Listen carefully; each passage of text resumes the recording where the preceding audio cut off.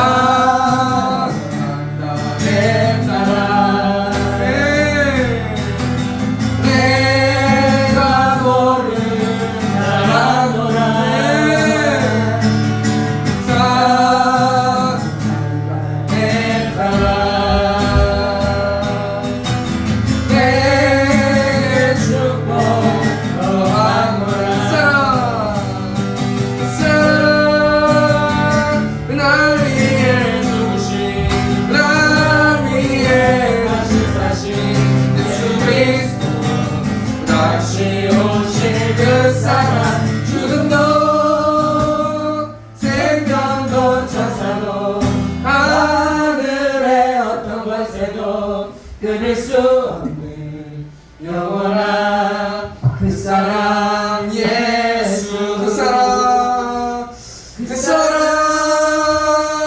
날 위해 죽으신 날 위해 하시사신 예수 그리스도 다시 오실 그 사랑 죽음도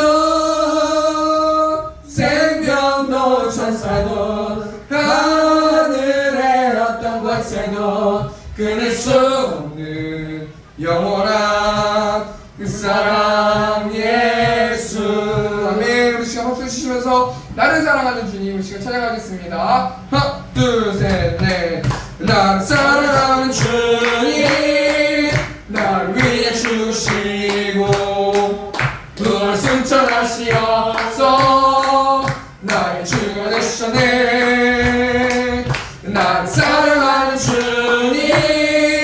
나의 목자 되시어서 나를 항상 인도하니 주만 따라가리라. 주 오시면 천국에서 주님과 살리라. 영원토록 주 오시면 천국에서 주님과 살리라.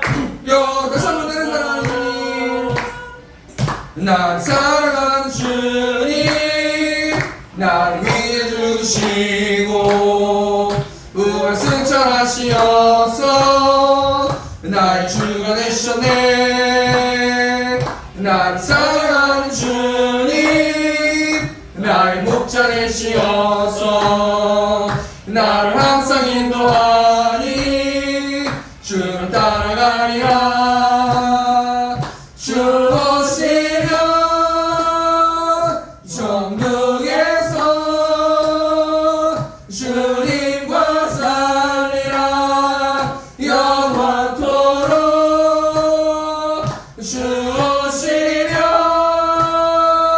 천국에서 주님과 살리라. 영원토록 나의 반석이신 하나님, 행하신 모든 것 완전하시니 나의 생명 되신 하나님, 내게 행하신 일 찬양합니다. 신실하신 하나님, 실수가 없으신 좋으신 나의 주, 신실하신 하나님, 실수가 없으신 좋으신 나의 주. 다시 한번 나의 반석이신 하나님, 행하신 모든 것 완전하시니 나의 생명 되신 하나님, 내게 행하신 일 찬양합니다. 신실하신 하나님, 실수가 없으신 좋으신 나의 주, 신실하신 하나님, 실수가 없으신 좋으신 나의 주. 네, 네, 구주 예수를 더욱 사랑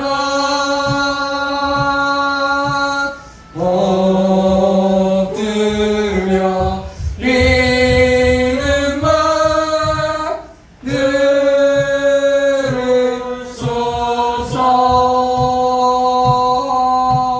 내 진정 소원이 내 구주 예수를 더욱 사랑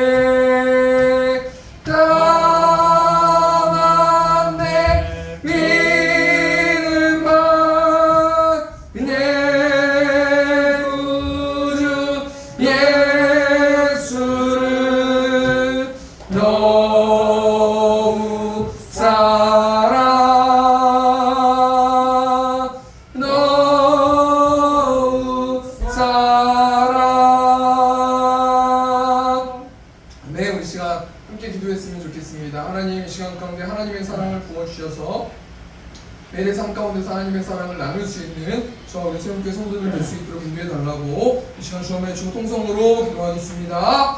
주여, 우리가 풍성하신 하나님의 사랑을 이 시간 받기를 원합니다. 하늘로부터 내려온 하나님의 사랑을 누릴 수 있도록 하나님 함께하여 주시고, 또한 그 사랑을 전하고 또 그 사랑을 알리고 또 복음을 전하는 저와 우리 새롭게 성도들 될 수 있도록 하나님께서 붙들어 주시고 하나님께서 함께하여 주시옵소서. 이 예배를 통하여 성령 충만하게 하시고 악한 틈타지 않을 수 있도록 하나님 붙들어 주시고, 말씀을 빼앗기는 불쌍한 인생이 되지 않게 하시고 그 말씀을 듣고 순종하며 나아갈 수 있는 저와 우리 새롭게 성도들 될 수 있도록 하나님께서 함께하여 주시옵소서.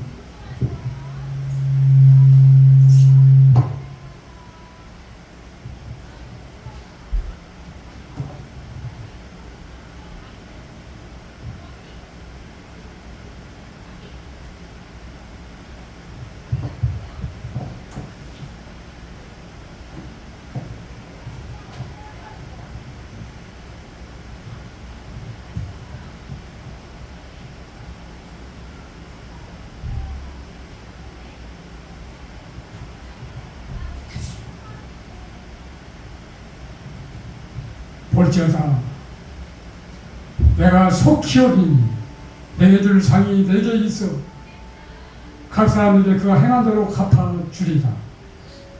영과 진리로 예배드리는 자를 찾으시는 하나님 아버지께 존귀와 영광과 찬송을 올려드립니다. 이 시간 이 자리에 임재하셔서 하나님께 올려드리는 예배를 받으시옵소서. 한 주간도 주님의 은혜 중에 살면서도 뒤돌아볼 때 부지불식간에 마음의 생각으로 어느 행실로 범죄한 것 너무나 많았습니다. 우리 죄를 용서하여 주시고 정케 씻어 주시옵소서. 일거수일투족 우리의 행위를 주목하시는 주님이시오니 우리의 위선적이고 의식적인 낡은 옷을 벗어버리고 주님의 의의 옷을 입은 자답게 구별된 삶을 살게 하옵소서. 믿음이 없이는 하나님을 기쁘시게 못하나니 하나님께 나가는 자는 반드시 그가 계신 것과 또한 그가 자기를 찾는 자들에게 상 주시는 이심을 믿어야 할지니라 말씀해 주셨습니다. 주여, 믿음을 주시옵소서. 어떤 고난과 환난이 온다 할지라도 요동치 않는 권속들이 되게 하여 주시옵소서. 우리 생그 2년이라는 시간이 흘렀는데 여전히 초라하고 연약한 모습입니다. 주여, 우리 힘과 지혜로 되지 않습니다. 저 강팍하고 완악한 저들의 마음을 돌이킬 수 없습니다. 성령의 능력을 힘입어야 하겠습니다. 최후의 권속들 말씀과 기도에 전념함으로 성령 충만한 교회가 되어 전도의 열심을 내게 하옵소서. 10월 중에 새생명 초청장치를 계획하고 있습니다. 전도 대상자를 품고 기도하며 권면함으로 당일에 인도할 수 있도록 도와주시옵소서. 우리의 권속들 참견자도 있습니다. 마음의 상처로 육신의 질고로 대학 진학 문제로 주의를 지키지 못하고 있습니다. 긍휼을 베풀어 주시고 깨닫고 예배드림으로 하나님 관계가 회복되게 하시옵소서. 강은희 목사님, 권장로님 내년 1년 6개월 동안 세움교회 보내주셔서 협동사역에 하시고 때가 되면 시온성교회를 개척하기 위해 떠나시게 됩니다. 그동안 몸된 교회를 위해서 충성하신 주님, 또 주님께서 다 아십니다. 크신 상급으로 갚아주실 줄 믿습니다. 교회당 공사와 설립 예배도 순조롭게 은혜 가운데 이루어져 시온성교회로 든든하게 세워지게 하시옵소서. 이제 담임 목사님 말씀을 선포하십니다. 성령께서 지배하여 주셔서 전하는 자와 듣는 자가 함께 은혜 받게 하시옵소서. 감사드리며 거룩하신 예수 그리스도 이름으로 기도드립니다. 아멘.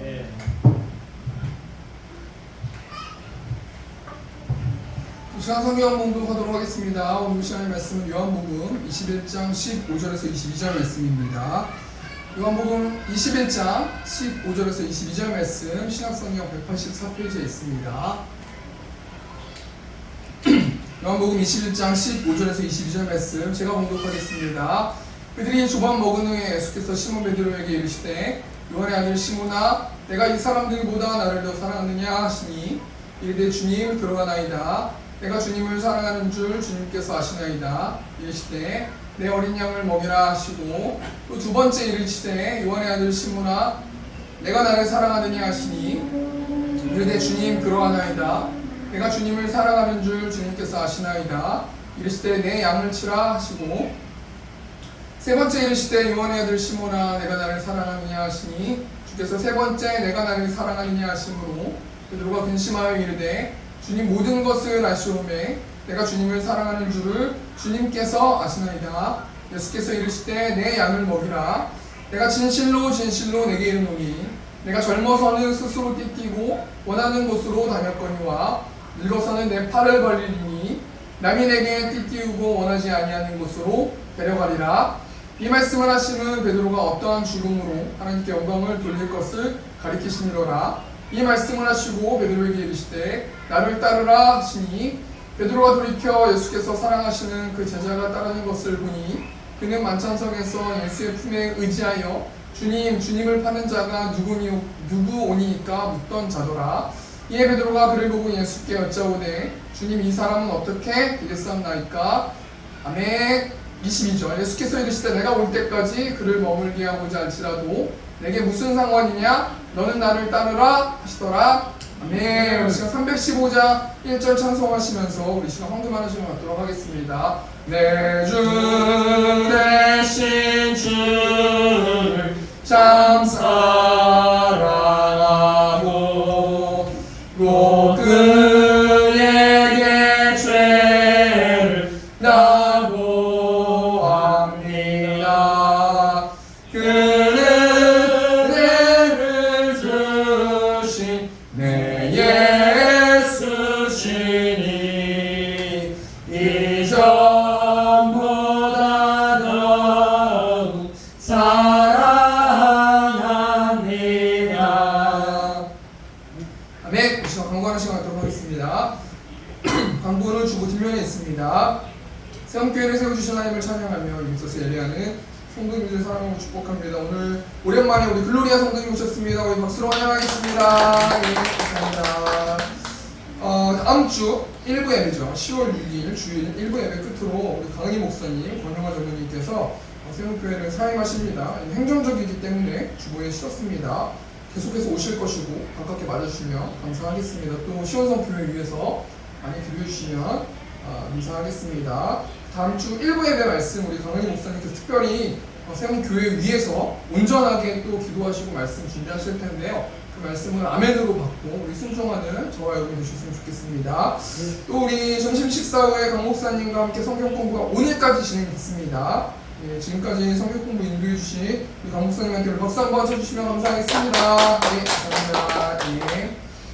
금요기도, 새벽기도 똑같이 진행되겠습니다. 전도는 다음 주부터 시작하도록 하겠습니다. 이번 주는 학계 말라기, 원래 스가랴 말씀인데요. 스가랴가 14장인가요? 아마 14장까지 있기 때문에 제가 말라기를 미리 해서 학계랑 말라기 말씀으로 성경을 기록하시면 됩니다. 참여해서 영적으로 무장하는 세움교회 성도님들 되셨으면 좋겠습니다. 1부 예배 다음 주 오창산 집사님, 2부 예배 정윤현 집사님 위에 기도로 준비해 주시겠습니다. 오늘 요한복음 21장 15절에서 22절 말씀 가지고 사랑이 움직이게 한다라는 제목을 가지고 할 말씀 나누도록 하겠습니다. 여러분 하하라는 방송인 아시죠? 혹시 모르실까봐 앞에 사진을 보였는데요. 하하라는 가수, 방송인이 가수이기도 하고 방송인이기도 하잖아요. 이 하하라는 사람이 무한도전이라는 프로그램을 통해서 굉장히 유명해지고 인기를 얻지 않았습니까? 근데 이 하하가요 저랑 나이가 똑같거든요. 근데 굉장히 많은 몇십 년 동안 아무튼 이 방송 쪽으로 일을 많이 했어요. 대단한 거예요. 방송 쪽에서 하하라는 이름을 내고 여러 가지 지금까지 존재하고 있다는 건 엄청난 능력 아니겠습니까? 그런데 이 하하라는 방송인이 슬럼프가 있었을 때가 있었어요. 근데 이 슬럼프 때 굉장히 자신이 굉장히 작아지면서 계속 그 동굴 속으로 들어가게 되는 거예요. 특별히 그 슬럼프 중에 그 어떤 댓글 같은 걸 봤나 봐요. 그런데 그 댓글에 뭐라고 쓰였었냐면 빨대를 꽂아서 먹고 사는 사람 이렇게 간략하게 한 문장이 돼 있었대요. 그러니까 무슨 말이냐면 이 하하라는 사람이 굉장히 이 반박 그 악플을 보면서 반박할 수가 없는 거예요. 유재석이나 또는 여러 연예인들을 등 삼아서 빨대를 꽂으면서 뭔가 그 사람들 때문에 기생하는 기생충 약간 이런 이 비하하는 하하를 비하하는 어떤 이런 댓글을 본 거예요. 근데 하하가 이 악플을 보면서 자신이 생각했을 때도 너무나 맞는 얘기 같더라고 하더라고요. 그러면서 내가 이 유재석이나 또는 형들이나 누군가 없었으면은 내가 존재할 수 있을까? 너무도 맞는 얘기인데 나는 너무나 큰 재능이 없고 능력도 없는데 나 어떡하지? 이런 생각이 드니까 점점 이제 예능이나 이런 데서 애드립으로 뭔가를 이렇게 쳐서 뭔가 이야기를 해야 되는데 자신이 없어지는 거예요. 그래가지고 계속해서 동굴 속으로 들어가고 있었는데 그때 유재석이라는 그 개그맨이요 한 말을 해줬대요. 이 말이 뭐 굉장히 유명하니까 뭐 짤로 돌아다니고 그러던데요. 보니까 제가 읽어드리면 동훈아 아무것도 안 하면 널 도와줄 수가 없어. 욕먹는 거 두려워하지 마. 그냥 오는 비는 맞아야 해. 너가 액션을 해야 형이 뭐라도 할 것 아니야. 너를 까든지 보호를 해주든지 아무것도 안 하면 나는 너를 도와줄 수가 없어. 이런 말을 이하에게 남겼다는 거예요. 그래서 이 한마디 말 때문에 이하라는 개그맨이 또는 가수가 최선을 다해서 뭔가 어떤 뒤받아치는 어떤 이야기, 어떤 여러 가지 리액션들 같은 것들도 계속해서 노력하면서 하면서 점점 논리적, 점점 그런 슬럼프를 이겨나갔다고 하더라고요. 저는 이 말씀이라기보다는 이하의 이야기가 또는 이 이야기가 저한테 주는 말씀 같았어요. 하나님께서 또는 저와 우리 새롭게 성도님들에게 아무것도 안 하면 널 도와줄 수가 없어. 너가 전도도 안 하고 또는 너가 사역을 열심히 품지 않고 신방도 안 하고 아무것도 안 하면 난 널 도와줄 수가 없어. 왜냐면 그냥 얻어지면은 너가 잘나서 너의 능력으로 뭔가 세움교회가 부흥한다거나 뭔가 너의 능력으로 사역이 잘 진행될 거라고 착각할 거기 때문에 너가 액션하면 나와 함께 같이 전쟁해야 널 도와줄 수 있지 가만히 있으면 널 도와줄 수 없어 라는 어떤 이 메시지가 하나님이 꼭 저한테 말씀하시고 우리 세움교회 성도들에게 말씀하신 것 같았어요. 이 말씀을 통해서 우리가 뭘 생각해 봐야 됩니까? 이 땅에 있는 많은 사람들은요 논리적이고 정확한 말보다는 사랑이 담긴 말 한마디를 원해요. 저희 아내가 이걸 항상 저한테 강조를 해서 세뇌시켜서 저도 좀 많이 바뀌긴 했는데 오빠는 너무 정확한 것만 얘기해. 팩트만 얘기해. 그거 누가 몰라 다 알아. 근데 사랑이 담긴 말을 해야 내가 바뀔 거야. 그래서 그러면 그렇게 고집 부리는 거야? 이렇게 싸운 적도 있거든요. 근데요, 저희 아내뿐만 아니라 또는 이 땅에 있는 모든 사람들이요, 정확한 말을 누가 몰라요? 자기 자신도 다 알아요. 아내나 남편이나 이웃에 있는 사람이나 또는 직장 동료나 누구 자식이나 모든 사람들이 자기가 뭘 해야 되는지를 다 알아요. 그럼에도 불구하고 그걸 왜 못합니까? 자기가 그것을 할 수 있는 힘이 없기 때문에 못하는 거 아니겠어요? 그렇기 때문에 하나도요, 이 사람이 지금까지 이걸로 먹고 살았는데 슬럼프가 있다고 하더라도요 그 재미있게 말 못하겠습니까? 그럼에도 불구하고 이 유재석이라는 칭찬 한마디 그 한마디를 통해서 슬럼프를 겪어내고 이겨내고 더 재미있게 더 자신감 있게 뭐라도 한번 해보려고 노력했다라는 거 아니겠습니까? 인생을 살다 보면 많은 사람들이 슬럼프를 겪게 되고요 힘듦을 겪게 되고요 번아웃을 겪게 돼요. 그때 유재석이 말한 것처럼 아무것도 안 하면 널 도와줄 수가 없어. 아무것도 안 하고 낙담하고만 있다면 울고만 있다면 슬퍼하고만 있다면 좌절하고만 있다면 널 도와줄 수 없어. 이 말씀을 우리가 깊이 생각하는 우리 세움교회 성도님들 되셨으면 좋겠습니다. 우리 현재 상황이요 제가 왜 이야기를 했냐면 베드로라는 사람이 낙심하고 있어요. 베드로뿐만 아니라 몇몇의 제자들이요 낙담하고 슬럼프까지는 아니더라도요 많이 힘들어하고 지쳐있는 상태란 말이에요. 1절 말씀 보니까요 요한복음 21장 1절 보니까 그 후에 예수께서 디베라 호수에서 또 제자들에게 자기를 나타내셨으니 나타내신 일은 이러하니라. 여러분 요한복음 20장 말씀 전체적인 말씀이 오늘 본문 말씀이 현재 상황을 말해주는 스토리인데요 예수님께서 자신이 말씀하신 대로 십자가를 지시고 부활하셨어요. 그럼 부활하셨다는 것을 믿는 것도 믿음 아니겠습니까? 실제로 부활하는 어떤 장면을 보신 게 아니잖아요. 지금 모든 사람들이 그걸 부활하시는 장면, 부활한 현상을 본 게 아니라 부활한 상태에서의 예수님을 만난 것이지 어떻게 뭐 변신하셔서 부활하셨는데 어떻게 하셨는지 실제로 목격한 게 아니란 말이에요.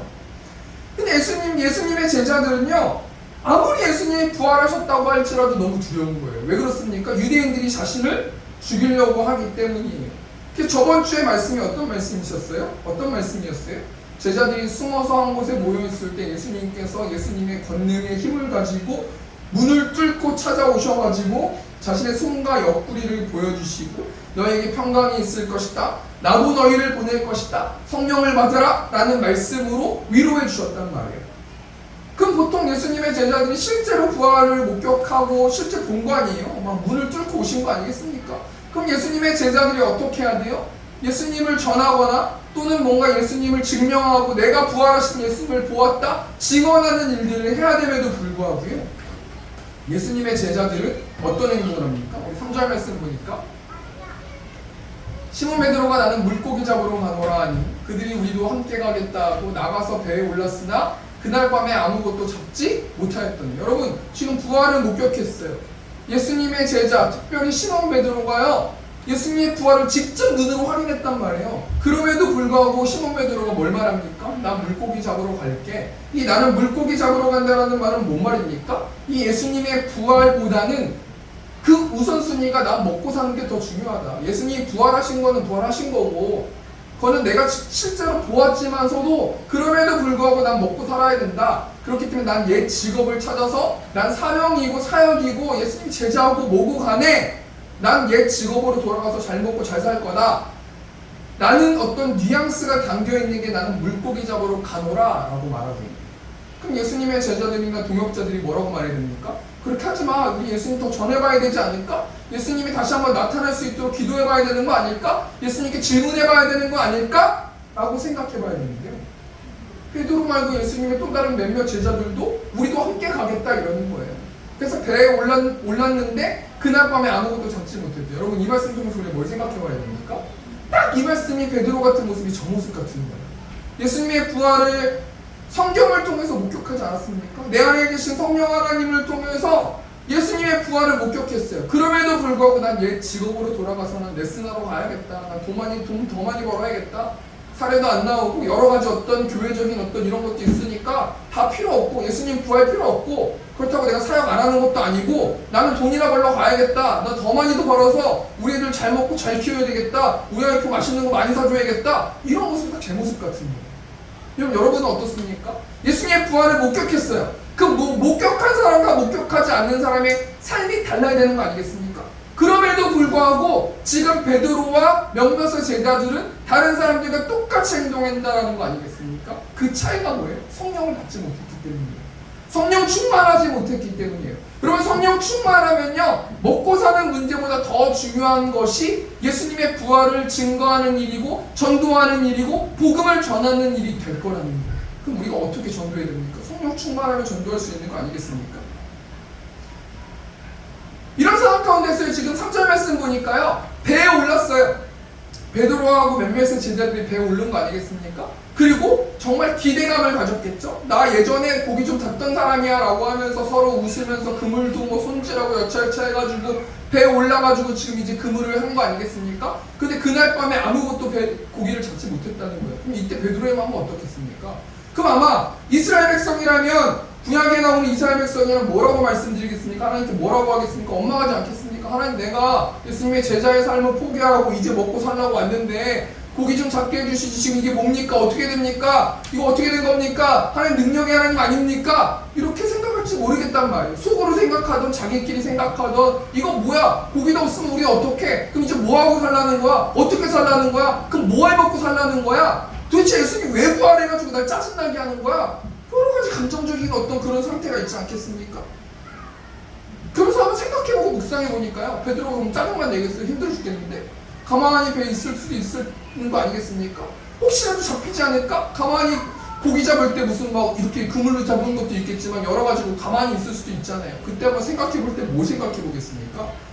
왜 하나님이 나한테 물고기를 잡지 못하게 해주시지? 왜 예수님은 기적을 일으키신 하나님이시고 예수님 부활하셔서 나타나신 분인데 왜 도대체 나한테 고기도 못 잡게 해주시지? 그 정도로 능력 없으신 분이니까? 내가 그 사람을, 그 존재를 따랐던 것인가? 다시 살아는 나한테 어떡하라고 나한테 이렇게 나타나신 걸까? 여러 가지 생각들이 있지 않겠습니까? 그럼 여러분, 예수님께서 왜 베드로와 제자들에게 고기를 못 잡게 해주십니까? 이유는 간단한 거예요. 베드로하고 제자들에게 고기를 많이 잡게 해주면요, 베드로하고 제자들은 고기만 잡고 살 거라는 거예요.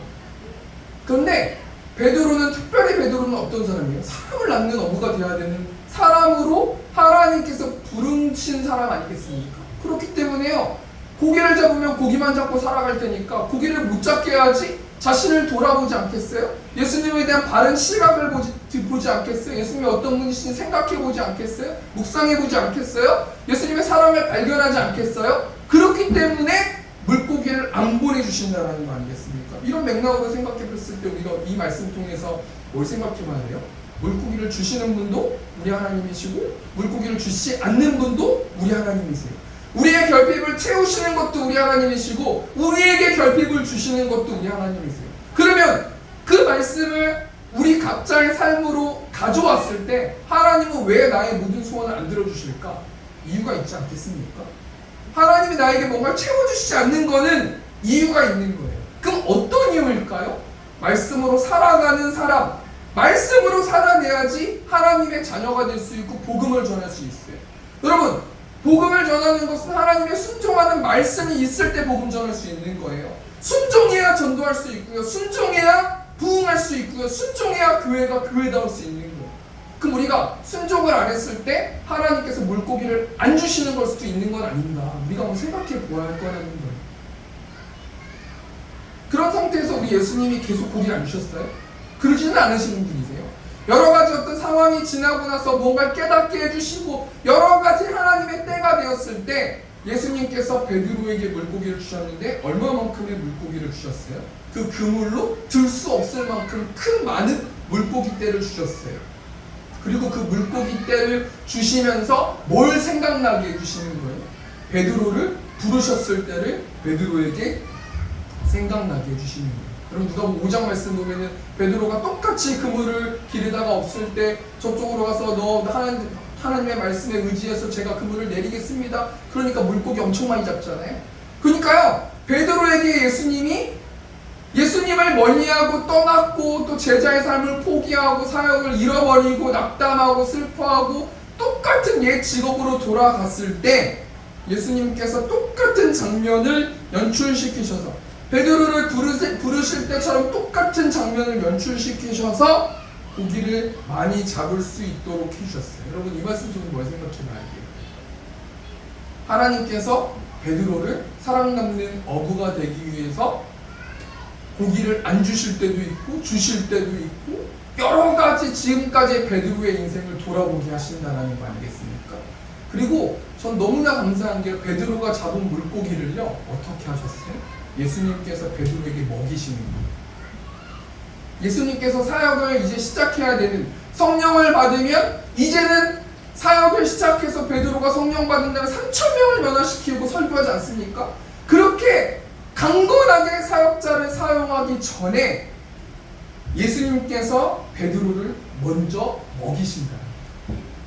예수님께서 베드로에게 나는 물고기, 자연환경을 내가 좌지우지하는 하나님이라는 것을 알려주신 다음에 그 다음에 베드로가 잡은 물고기를 베드로에게 주시면서 먹이시는 게 10절 말씀 보니까요.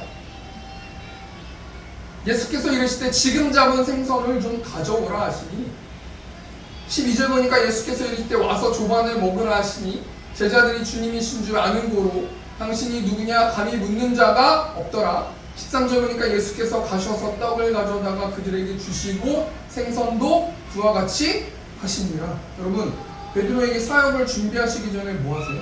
먹여주시는 거예요. 왜 먹여주십니까?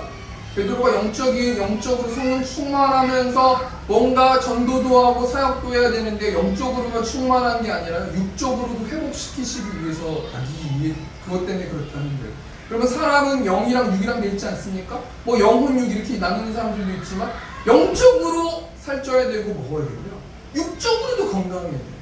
그리고 사명을 감당하려면 영적으로 강건해도 육신이 따라주지 않으면 어떻게 할 수 있습니까? 병이 들면 어떻게 할 수 있어요?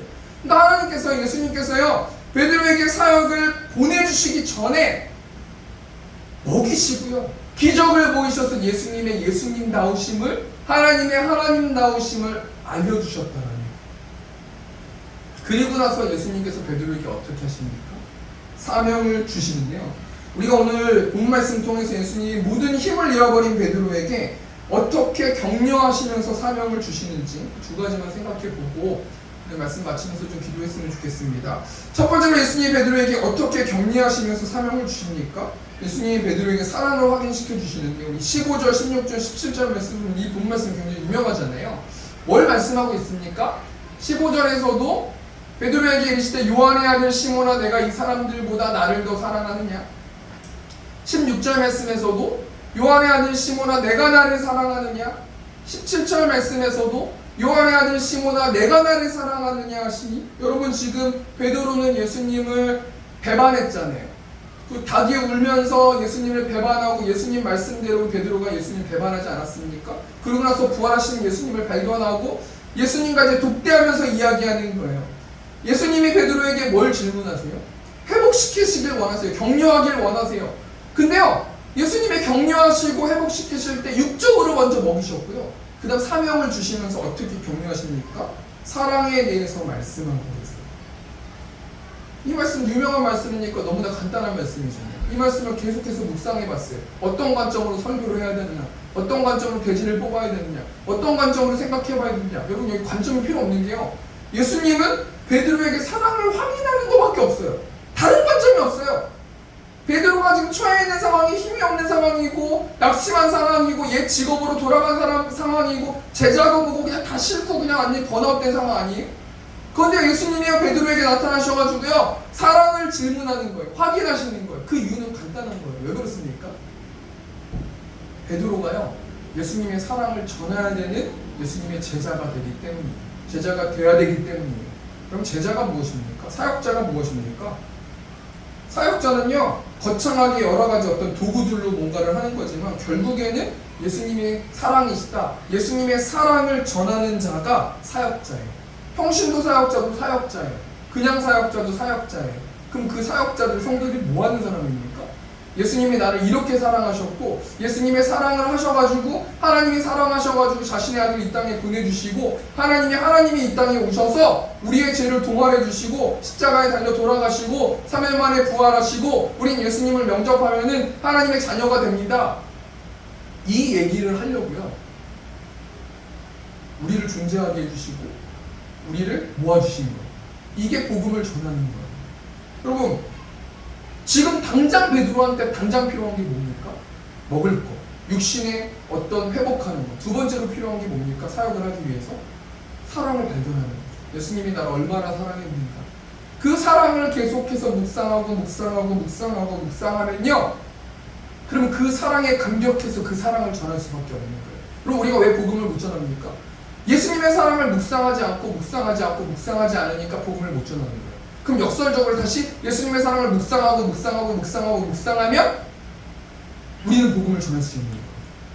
여러분 우리 예수님이 베드로에게 어떤 사랑을 말씀해 주십니까? 예수님이 베드로에게 질문한 첫 번째 사랑 15절에서 질문한 첫 번째 사랑이 어떤 사랑이냐면요 예수님께서는 아가페의 사랑을 질문하세요. 근데 베드로는 필레오의 사랑을 대답하여. 또 두 번째 사랑 16절 말씀에서도요 내가 나를 사랑하느냐는 이 사랑이요 아가페 사랑을 질문하세요. 그런데 베드로는 내가 주님을 사랑하는 줄을 주님께서 아시나이다 할 때 이 사랑, 내가 주님을 사랑하는 줄, 이 사랑하는 줄이라는 이 사랑이요 필레오라는 사랑이에요. 또 17절 말씀에요 예수님께서 그러면 내가 나를 사랑하느냐라는 이 사랑을 필레오 사랑으로 질문하세요. 그러니까 베드로가 필레오 사랑으로 대답했어요. 여러분 이 헬라어는요 사랑이라는 단어가 여러 가지 뜻이 있어요. 에로스의 사랑도 있고 필레오의 사랑도 있고 아가페의 사랑도 있고 여러 가지 사랑이 있단 말이에요.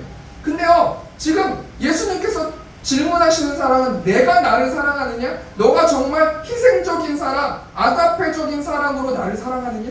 조건 없는 사랑으로 나를 사랑하느냐? 그랬더니 베드로가 낙심하는 거예요.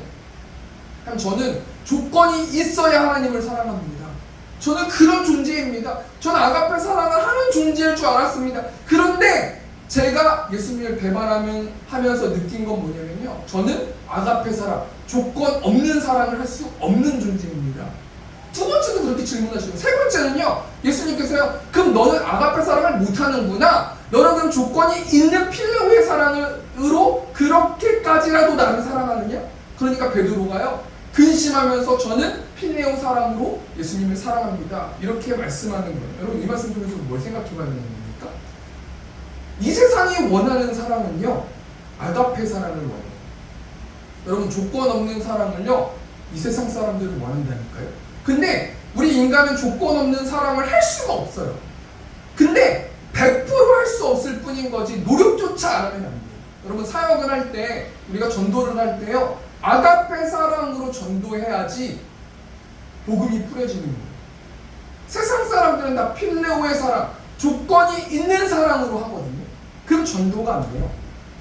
하나님께서 이 말씀 통해서 뭘 말씀해 주시냐면요, 베드로에게 뭘 말씀해 주시는 거냐면요, 가만히 묵상해 보니까요, 베드로야, 성령 충만하면 너가 복음을 전할 수 있지만 아가페 사랑으로, 조건 없는 사랑으로 너가 사랑을 전해야지. 너가 성도를 신방하거나 복음을 전할 때 내가 이렇게까지 하는데 너 한 번 와줄 수 있는데 너무한다 라고 말하는 조건 있는 사랑으로 복음을 전하는 게 아니고요, 조건 없는 사랑으로 복음을 전하면 그 마음과 중심과 태도를 지켜보시는 하나님께서 상급을 주시고 그 태도를 기뻐하신다는, 첫 번째 대해 정리하니까요, 예수님이 베드로에게 어떻게 격려하시면서 사명을 주십니까?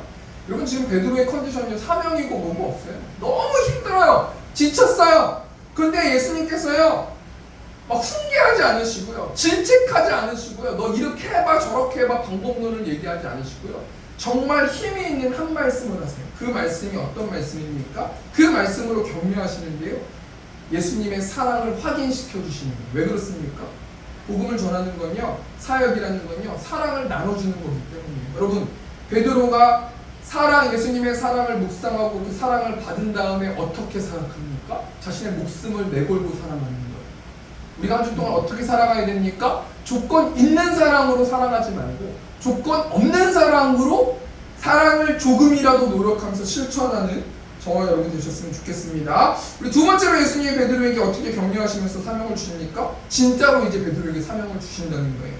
15절 말씀 보니까요, 똑같이 반복되는데요, 이르되 주님 그러하나이다. 내가 주님을 사랑하는 줄 주님께서 아시나이다. 이르시되 내 어린 양을 먹이라 하시고, 16절 말씀 보니까요, 그러하나이다. 내가 주님을 사랑하는 줄 주님께서 아시나이다. 이르시되 내 양을 치라 하시고, 17절 말씀 보니까요, 내가 나를 사랑하느냐 하시니 주께서 세 번째 내가 나를 사랑하느냐 하심으로 베드로가 근심하여 이르되 주님 모든 것을 아시오매 내가 주님을 사랑하는 줄을 주님께서 아시나이다. 예수께서 이르시되 내 양을 먹이라. 여러분 공통점이 있잖아요. 내 어린 양을 먹이라, 내 양을 치라, 내 양을 먹이라. 여러분 이 뉘앙스는 어떤 뉘앙스입니까? 여기서 공통적인 게 뭡니까? 두 가지의 단어가 공통적이에요. 양이라는 단어가 공통적이고요, 첫 번째 나오는 내라는 단어가 공통적이에요. 무슨 말이냐면요, 예수님께서 베드로에게 사명을 주시면서 복음을 전하라고 말씀하시면서 사명을 주시면서요, 사랑을 확인한 다음에 그 사명이, 베드로의 사명이 뭡니까? 하나님의 양, 나의 양이 아닌 하나님의 양을, 하나님의 어린 양을 먹이고요, 하나님의 양을 치고요, 하나님의 양을 먹이라는 거예요. 여러분 이거 너무나 유명한 말씀이죠. 계속해서 묵상해 보았어요. 공통점이 무엇인가, 다른 점이 무엇인가, 머리가 터질 정도로 그 말씀을 보고 또 보고 또 보고 또 보고 해봤는데요, 결국엔 하나님께서 베드로에게 어떤 사명을 주시는 거예요? 하나님의 양을 먹이라는 거예요. 하나님의 양을 치라는 거예요. 그럼 우리가 이 말씀을 우리한테 적용해 보면요, 세운교회와 시온성교회에게 적용해 보면요, 우리 딱 두 가지만 하면 되거든요. 하나님의 양들을 만나야 돼요. 내 양이 아니에요. 내 성도가 아니에요. 세상에서 처져 있는 하나님의 양, 하나님의 자녀들을 만나야 돼요. 그리고 또 뭐 해야 됩니까? 하나님의 양을 먹여야 돼요. 육적으로 힘들어서 진이 빠진 영혼들에게 먹이고, 영적으로 힘이 빠져서 진이 빠진 사람들을 만나서 영적으로 먹이고, 영적으로 육적으로 먹여라. 베드로야, 내가 너에게 육적으로 먼저 먹이고 영적으로 먹이고 사명을 허락해 준 것처럼 내 양을 먹여라, 내 어린 양을 먹여라, 내 양을 치라 라고 베드로에게 말씀해 주셨어요. 이 말씀 통해서 우리가 뭘 생각해 봐야 됩니까? 우리 사역자들은요, 평신도 사역자, 우리 성도들은요, 청지기의 삶을 살아야 된다는 거예요. 여러분 우리가 지금 이제 9월 말 아니겠습니까? 이제 3개월만 있으면요 2024년이 지나가요. 마태복음 25장 말씀 보면 달란트 비유 나오잖아요. 여러분 5달란트 받은 사람은 몇 달란트 남겨야 돼요? 5달란트 남겨야 돼요. 2달란트 받은 사람은 2달란트를 남겨야 돼요. 1달란트 받은 사람은 1달란트를 남겨야 돼요. 여러분 이게 무슨 차이입니까? 여러분 사역자들은요 스카치 테이프도 있고 박스 테이프도 있고 접착력이 강한 테이프도 있고 포스트잇도 있는 거예요. 우리가 이 말씀 중에 뭘 생각해 봐야 되는 거냐면요, 함께 싸우는 우리 경쟁하는 사역이 아니에요. 나한테 부여된 거를 내가 5달란트 받았으면 5달란트를 남겨야 되는 거예요. 그럼 여러분 지금 우리가 5달란트 받았다고 하면요, 쉽게 5달란트까지 아니더라도요 하나님이 나한테 2달란트 주셨어요. 그럼 2달란트 가지고 지금 2024년이 3개월밖에 안 남았는데 1달란트는 남겼습니까? 1.5달란트는 남겼어요? 0.5달란트는 남겼어요? 그럼 하나님께서 이 말씀을 통해서 뭘 생각해 보게 해주시는 겁니까? 남은 달란트를 남기라는 거예요. 어떻게 남기라는 거예요? 내 양을 치라 라고 말했으니까요, 하나님의 양을 만나요. 내 성도든 내 성도가 아니든 우리 교회 성도든 다른 교회 성도든 복음을 전할 때 이 사람이 우리 교회에 오든 안 오든 간에 낙심해 있고 힘들어 있고 영적으로 육적으로 좌절되어 있는 자들을 만나라는 거예요. 그리고 어떻게 하라는 겁니까? 먹이라는 거예요. 치라는 거예요. 그 일들을 3개월 동안에 하라는 거예요. 말씀을 정리하겠습니다. 우리 예수님은 자신이 말씀하신 대로 십자가에 달려 돌아가시고 부활하셨어요. 예수님의 제자들은 예수님의 사명을 이해하지 못하고요, 베드로하고 몇몇 제자들은요 자신의 옛 일터로 돌아갔단 말이에요. 그런데 아무런 고기를 잡지 못했어요. 그러니까 예수님께서 어떻게 하십니까? 먹이셨어요. 고기를 많이 잡게 하셔서 예수님의 예수님 되심을 알려주시고 그 다음에 먹이셨어요. 그 다음에 예수님의 베드로에게 격려하시면서 사명을 주셨는데 2가지를 주셨는데, 첫 번째는 뭡니까? 베드로에게 사랑을 확인시키시고, 두 번째는 자신의 양떼를 먹이는 사명을 주셨어요. 청지기의 사명을 감당하라고 하셨어요. 그럼 이제 결론을 내면서요, 예수님의 격려와 위로를 받은 베드로가 평생 자신의 사명을 어떻게 감당합니까? 18절 말씀 보니까 내가 진실로 진실로 내게 이르노니 내가 젊어서는 스스로 띠띠고 원하는 곳으로 다녔거니와 늙어서는 내 팔을 벌리리니 남이 내게 띠띠우고 원하지 아니하는 곳으로 데려가리라. 한마디로 뭡니까? 베드로는요 진짜 자기 마음대로 살았다는 거예요. 근데 예수님께 제자로 부름받은 다음에요, 내게 띠띠고 원하지 아니하는 곳으로 데려간다. 너가 정말 싫어하는 곳으로 보낸다는 거예요. 사명을 감당하게 한다는 거예요. 19절 말씀 보니까 이 말씀을 하시는 베드로가 어떠한 죽음으로 하나님께 영광을 돌릴 것을 가리키시니로라. 이 말씀을 하시고 베드로에게 이르시되 나를 따르라 하시니. 그럼 베드로가 결국에는 전승 보면 어떻게 죽었습니까? 로마에서 거꾸로 십자가에 달려서 순교했잖아요. 이거는 베드로의 달란트예요. 우리가 예수님 믿는다고 해서 다 십자가 진다는 건 아니라는 거예요. 베드로의 달란트예요. 그럼 우리에게 달란트는 어떤 달란트입니까? 이제 예수님의 제자가 되고 나서요, 베드로하고 공통점이 뭐냐면요, 네 마음대로 살지 못한다는 거예요. 네가 원하는 거, 네가 만나고 싶은 사람, 네가 보고 싶은 사람, 네 뜻대로, 네 방식대로, 너의 방법대로 복음 전하면 안 된다는 거예요. 하나님이 하라는 방법대로, 하나님이 이끄시는 방법대로 원하지 아니하는 곳으로 하나님께서 널 데려가신다는 거 아니겠습니까? 적용하면서요, 마지막으로 20절, 21절, 22절 말씀 마치겠습니다. 베드로가 돌이켜 예수께서 사랑하시는 그 제자가 따르는 것을 보니 그는 만찬 속에서 예수의 품에 의지하여 주님을 파는 자가 누구니까 묻던 자더라. 베드로가 돌이켰어요. 예수님과 대화를 마쳤어요. 예수께서 사랑하시는 그 제자가 따르는 것을 보았어요. 요한 아니겠습니까? 그는 만찬 속에서 예수의 품에 의지하여 주님을 파는 자가 누구니까 묻던 자라. 여러분, 베드로가 돌이켜서 요한을 봤단 말이에요. 다른 사역자를 봤단 말이에요. 21절 말씀 보니까 이에 베드로가 그를 보고 예수께 여짜오되 주님, 이 사람은 어떻게 되겠사옵나이까? 여러분, 베드로가 자신의 사명을 받았잖아요. 그럼 자신의 사명을 받았으면 나는 하나님이 어떻게 따라가야 되나, 어떻게 먹여야 되나, 여러 가지 것들을 생각해보고 막 전략을 짜고 생각해보고 이미 나왔잖아요. 그런데 지금 베드로가 뭐하고 있는 겁니까? 요한은 어떤 사명으로 죽겠습니까? 요한은 어떤 사명하겠습니까? 우리로 따지면 큰 사역하겠습니까? 작은 사역하겠습니까? 어떤 목회하겠습니까? 관심 많은 거예요. 여러분, 베드로가 왜 요한의 사역에 관심 많아요? 자기 게 없기 때문이에요. 여러분, 저 목회하고 나서 다른 사역에 정말 전혀 관심 없어요. 저 동기들 오잖아요. 그 제가 왜 친구들이나 목사들 안 만나는 줄 아세요? 다 자기 얘기하고요, 결국에는 자기 사역은 자기가 하는 거예요. 그냥 모여가지고 스트레스 푸는 거 자기 얘기하는 거예요.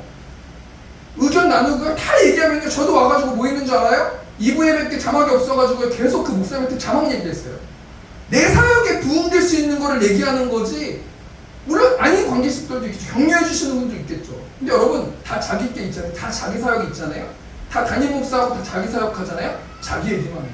누가 다른 사역자한테 관심 많은 줄 아세요? 부목사들이 다른 사역에 관심 많은 거예요.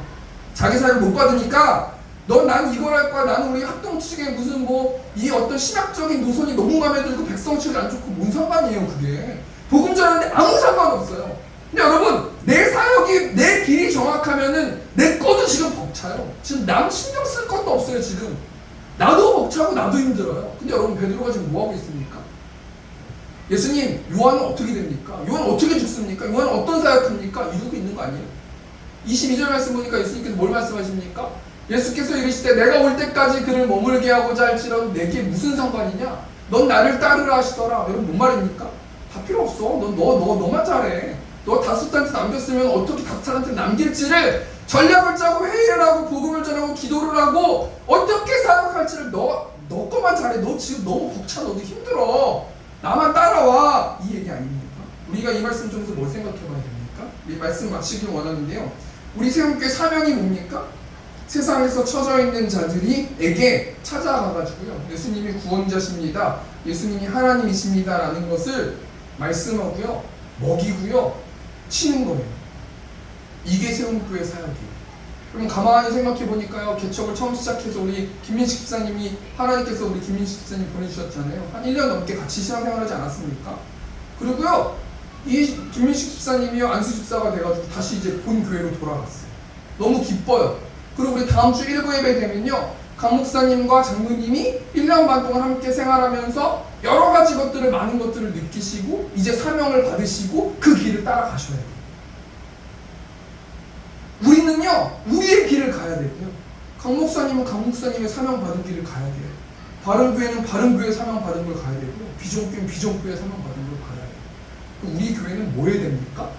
10월 27일 날 새세면 축제가 있거든요. 2시 반에 있어요.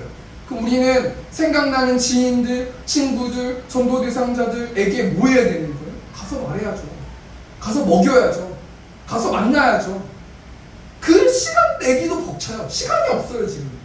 우리가 한 주 동안 새삼명 축제를 저만 준비하는 게 아니라 우리 세움교회 성도들이 합쳐서 힘을 합쳐서 각자 부르심 받은 대로 사역을 준비하는 저와 우리 세움교회 성도님들 되셨으면 좋겠습니다. 우리 시간 마지막으로 나의 가는 길 우리 시간 찬양하시면서 기도하겠습니다. 나의 가는 길 주님 인도하시네. 그는 보이지 않아도 날 위해 일하시네. 주 나의 인도자 항상 함께 하시네. 사랑과 힘 베푸시며 인도하시네. 인도하시네. 나의 가는 길 나의 가는 길 주님 인도하시네. 그는 보이지 않아도 날 위해 일하시네. 주 나의 인도자 항상 함께 하시네. 사랑과 힘 베푸시며 인도하시네.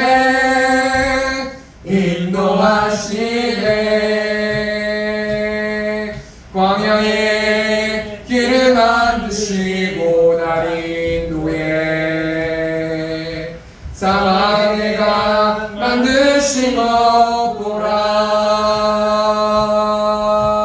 하늘과 땅 멸해도 주의 말씀 영원히 내 삶 속에 새 일을 행하리.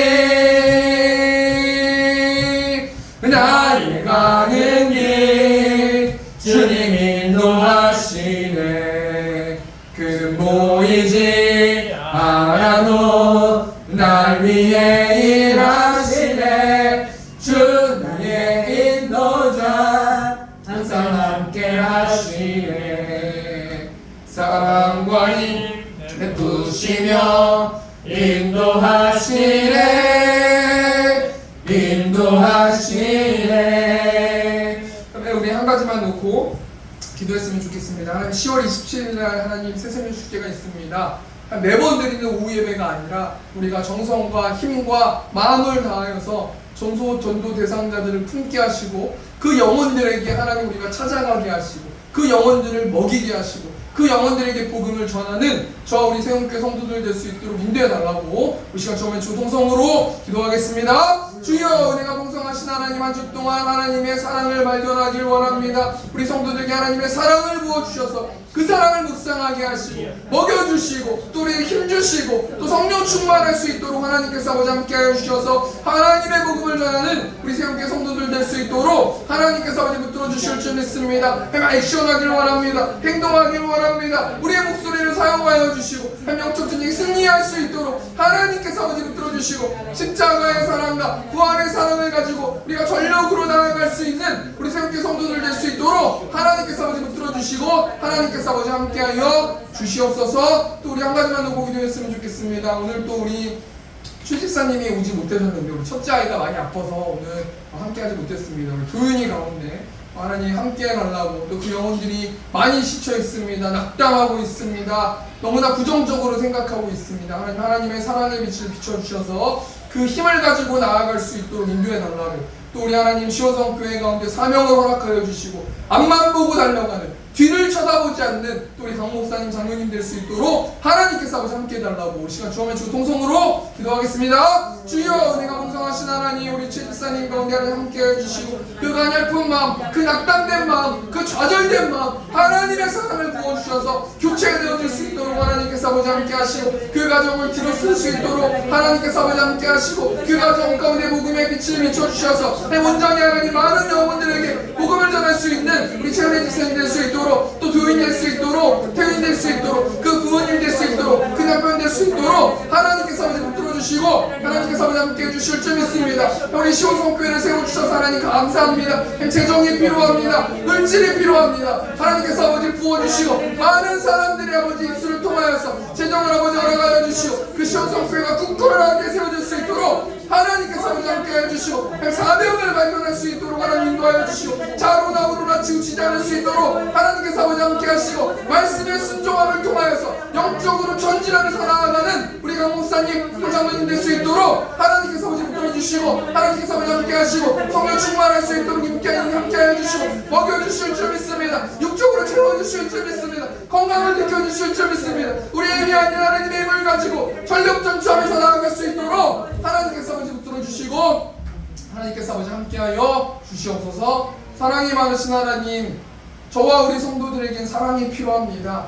하나님의 사랑을 마음껏 한 주 동안 부어주셔서 그 사랑을 느끼게 하시고 감사하게 하시고 구원의 기쁨을 회복할 수 있는 저와 우리 세움교회 성도들 될 수 있도록 하나님 붙들어 주시고 그 사랑을 나누게 하시고 행동하고 액션하는 저와 우리 세움교회 성도들 될 수 있도록 하나님께서 아버지 붙들어 주시고 하나님께서 아버지 함께 하시고 하나님 우리 강 목사님 몸이 좋지 않은 가운데 있습니다. 하나님 온전히 시온성교회 가운데 성령 충만하게 임재하여 주시고 영적인 두루마리를 입혀주셔서 그가 말씀 전하는 모든 말씀을 통하여서 묶였던 자들이 풀려지는 역사가 있을 수 있도록 젖어있는 자들이 세워지는 역사가 있을 수 있도록 하나님께서 아버지 붙들어 주시고 하나님께서 아버지 함께하여 주시옵소서. 이제는 우리 주 예수 그리스도의 은혜와 하나님 아버지 극진하신 사랑하심과 성령 하나님의 내주부터 역사하심이 하나님의 사랑으로 이웃을 사랑하기를 원하는 이곳에 있는 회중들의 머리 위에 또한 헌금 가운데 이제부터 영원토록 함께 있을지어다. 아멘.